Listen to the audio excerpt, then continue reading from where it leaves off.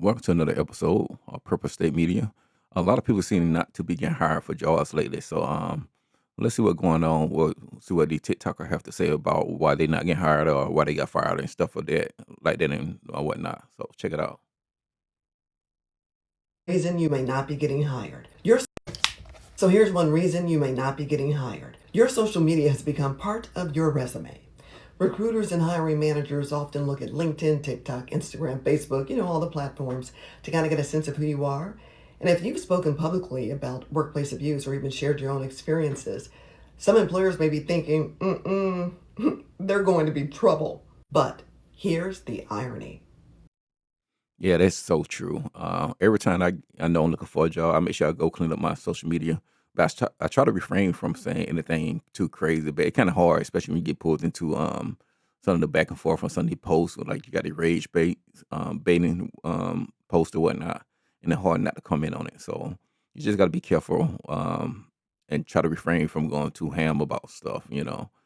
Whether politics or pretty much battle of the sexes or whatnot, what women should do, what men should do. I think a lot of women not get hired because they be encouraged to pretty much say what they want to say and dive deep on that. But men, you have to be a little more careful because you don't want to be looked at as sexist or whatnot. I think more men refrain from saying too much or going too far. But women can go as far to say, well, we should abort all men, and nothing is done about it. No one says anything about it. So that's that. But let's continue. These very people that some companies overlook typically possess the qualities that healthy organizations say they want: integrity, courage, resilience, accountability, emotional intelligence, ethical decision making, empathy, perseverance, kindness, compassion, all the good stuff. And also, people who are willing to speak up when they see something that's wrong. Someone who survived a toxic workplace, they're not looking to create conflict. They're looking for a workplace where respect, accountability already exist. So we need to stop blaming the person who spoke up to examining the culture that prompted it. So the question shouldn't be, why did they speak out? The question should be, what happened that made speaking out necessary? Maybe integrity isn't the hiring risk. Maybe the real risk is what integrity exposes. So here's one reason you may not. What I gotta say about that is it's a lot of people that pretty much live on drama. So when I know a workplace is too toxic, I don't pretty much get into it or whatnot. I just start looking for somewhere else to go. In my exit interview, I'll tell them like why I left. But I don't want to go online and publicly kill the company or trash the company or whatnot. That's a bad recipe. Because other companies gonna see it right before they hire you, and they're gonna be like, "Nah, this is a drama person." So you don't want to be looked at as a drama person. But anyway, let's continue. You know what? I just realized why people can't find jobs. And I am Gen X. I'm not a boomer. I'm not going to tell you to go take your resume into these companies. Not going to do that. But, and I'm not saying this from the outside looking in, I actually went through 2 assessments for a job that has 4 steps.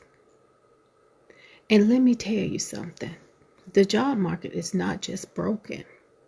It's extracting free labor from people and calling it a process. Because what they ask you to do now, apply, upload the resume, rewrite what's already on the resume, take a personality test, take a skills test, do the assessment, build a deck, analyze a client profile. I don't think the job market is broken. I think they just not. It's not like it was during the Joe Biden administration. During the Joe Biden administration, they pretty much were telling everyone, "Hey, you got to hire black women, not black men, not all minorities, but pretty much black women." Um, and what they did, whether you were useful or not.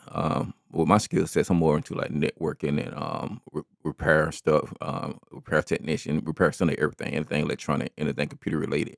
So I never had an issue finding a job. But what I have seen in the past was people getting hired to do anything, or should I say nothing, just stand around and do nothing all day. And that was so frustrating being that I would always had 100 other things to do in front of me. and we were shorthanded back then. They'll hire somebody that have no clue, don't know how to do anything, and they're just standing around watching you work, and that's extremely frustrating, you could tell they were just like a DEI hire and just put in their position just to make the numbers look good or whatnot. So you look at it now, like most real technical people, not programmers and stuff of that nature because of AI, but people that have been working something that deal with a level of physical hands-on experience, like dealing with data centers and cabling and stuff like that. That we in high demand. I could pretty much quit my job today and go find another job, make 100K tomorrow. Um, yeah, so you got to look at what skills are required now and adjust appropriately or whatnot. You can't go looking for the same job where AI is doing that job now. Some people they don't want to change their way. Like I still got my CDL, so this stuff don't work out. I just go back and drive trucks. So that's the thing. I don't think the job market is broken. I think companies just not giving away free money anymore. You got to actually earn the money they give you. Back 4 years ago, they're pretty much paying you to stay around. They're paying you to keep other people from hiring you, whether you had the skills or not, which is kind of weird. But yeah, but they people thought they were gonna last forever, but it didn't. So here we are.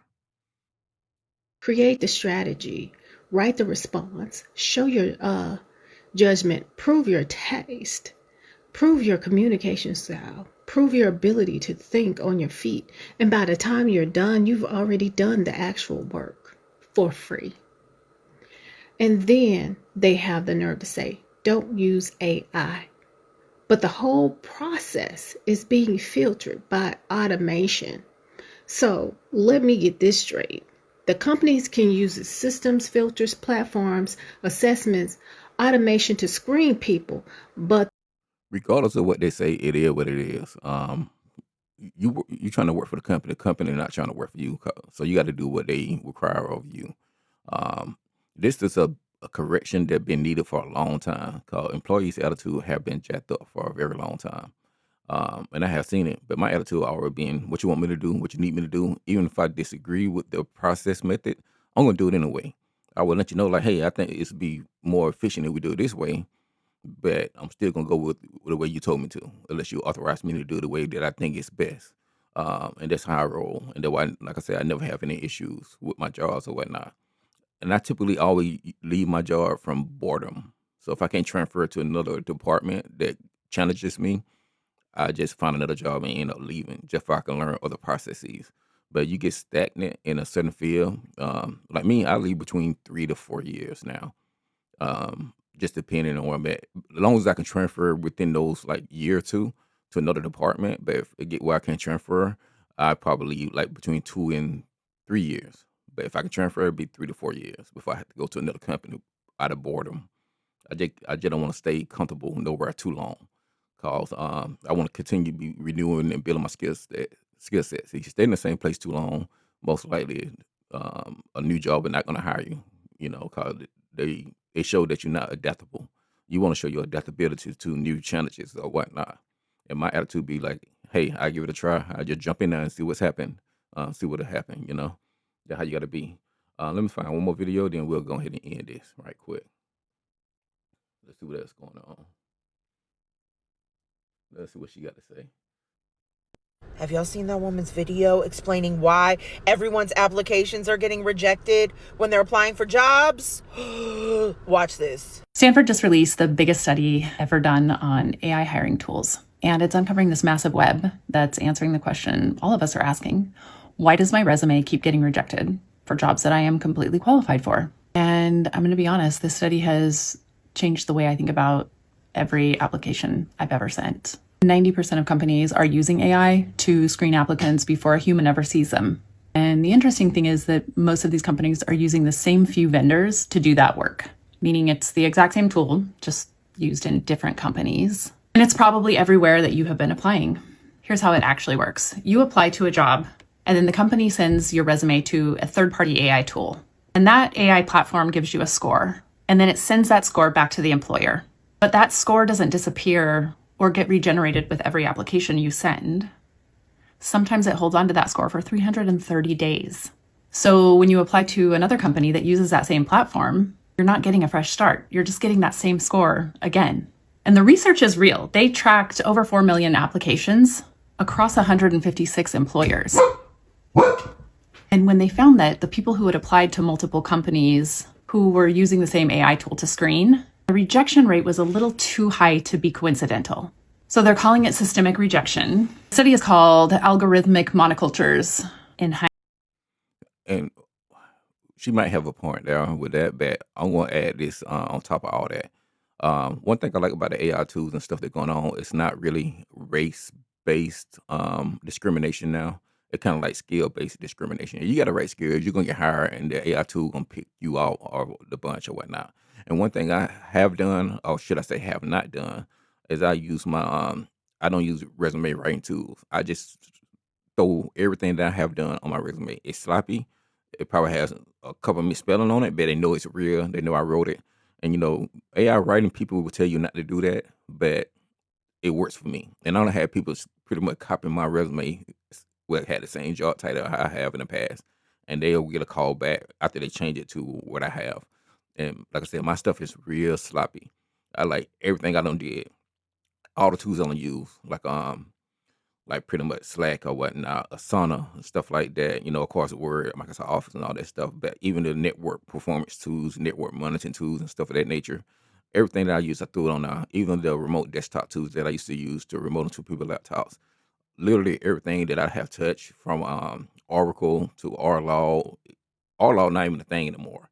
That was like the old form of Oracle or whatnot.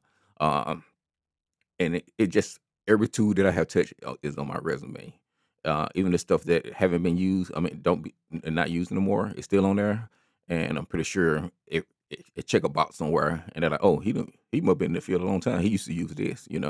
So yeah, I'd say just be out of the box and start using AI writing tools. 'Cause it's gonna make your resume look like everybody else's resume. Be original, be sloppy. Stop trying to be so fancy. Called in skill based, they don't care about being fancy. They just care about skills. So show that you have different skills or whatnot. But being a customer service and just talking fancy and have a nice like bachelor, master degree is useless. I don't have no major degree, and I always have worked with people with bachelor's and master degrees, and I have trained them, and they definitely not smarter. So, I don't know what they did, but I'm not impressed by people with major degrees, unless you're something like a doctor or something. Um, but other than that, man, I'm signing off and just stay strong. And like I said, put your skills on now every tool that you don't use, every web-based tools too, not just like network monitoring tools. So every piece of software you don't use, just throw everything on there. Yeah, and focus on that and see what happens. All right, I'm out. Y'all hold it down.